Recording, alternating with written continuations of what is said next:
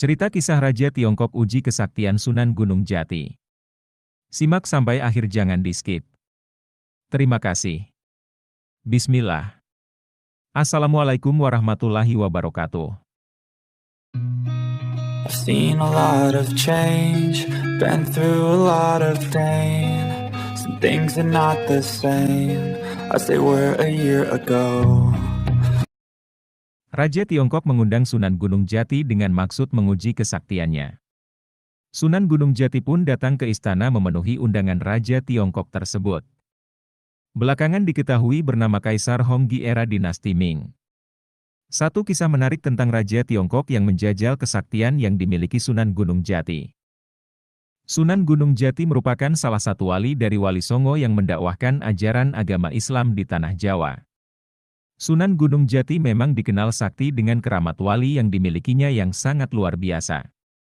Sesuatu hal yang sangat tidak masuk di akal atau di luar nalar manusia biasa kerap terjadi, mengiringi perjalanan dakwah sang Sunan. Sejarah tentang Sunan Gunung Jati banyak ditulis dalam beberapa naskah sejarah. Begitupun tentang keramat yang dimiliki Sunan Gunung Jati.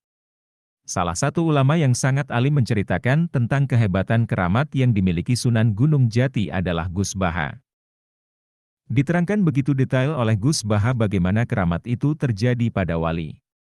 Padahal itu sesuatu yang di luar nalar manusia. Bagaimana bisa seorang manusia bisa melakukan hal yang di luar nalar? Itulah kehendak Allah Subhanahu wa Ta'ala menurut Gus Baha. Hal ini yang dinamakan dengan sesuatu yang bersifat khususiyah. Hanya diberikan kepada orang tertentu. Dia saat itu diberi hak seperti itu, ucap Gus Baha. Gus Baha pun mencontohkan bagaimana keramat yang dimiliki Sunan Gunung Jati, sesuatu hal yang di luar nalar. Ketika Sunan Gunung resah, ia coba melakukan sholat. Namun tetap saja suntuk dan tetap sama hingga sholat ketiga kalinya pas salam ia berada di Cina. Kemudian Sunan Gunung Jati mengalami beberapa hal yang terjadi di sana. Sehingga Sunan Gunung Jati terkenal kecerdasannya di sana. Hingga kecerdasan Sunan Gunung Jati didengar oleh Kaisar Tiongkok yang memanggil Sunan Gunung Jati. Pemanggilan Kaisar Tiongkok ini untuk menguji kemampuan yang dimiliki Sunan Gunung Jati. Apakah Gunung Jati benar-benar cerdas atau tidak?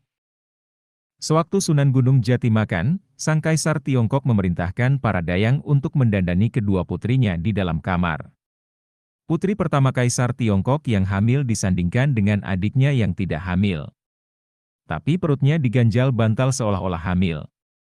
Sesaat kemudian dua putri ini pun keluar dari kamar. Sunan Gunung Jati pun disuruh memilih dari keduanya mana yang sedang mengandung dan mana yang tidak. Dan ternyata yang masih gadis yang Sunan Gunung Jati pilih bahwa dialah yang sedang hamil. Bukan yang sedang hamil sungguhan. Sontak sang Kaisar Tiongkok ini pun tertawa. Karena tebakan Sunan Gunung Jati dianggapnya salah olehnya. Namun apa yang terjadi, sesuatu hal yang di luar nalar terjadi. Akhirnya Kaisar Cina kaget setelah membuka perut anak gadisnya yang ternyata hamil. Kaisar Tiongkok pun merasa malu disaksikan para pembesar kerajaan yang ikut berkumpul menyaksikan peristiwa tersebut. Hal itu yang menurut Gus Baha yang dinamakan keramat. Ketika diberi waktu khususiyah, seorang wali akan bisa mengeluarkan keramatnya. Waktu khususiyah adalah waktu di mana perbuatan yang dilakukan di luar nalar manusia. Berupa ucapan yang kalau orang Jawa bilang ilmu, saciduh metu saucap nyata. Wallahu a'lam bishawab. Demikianlah cerita kisah Raja Tiongkok uji kesaktian Sunan Gunung Jati. Semoga bermanfaat. Jangan lupa like dan subscribe agar saya lebih semangat lagi dalam berbagi ilmu. Terima kasih. Wassalam.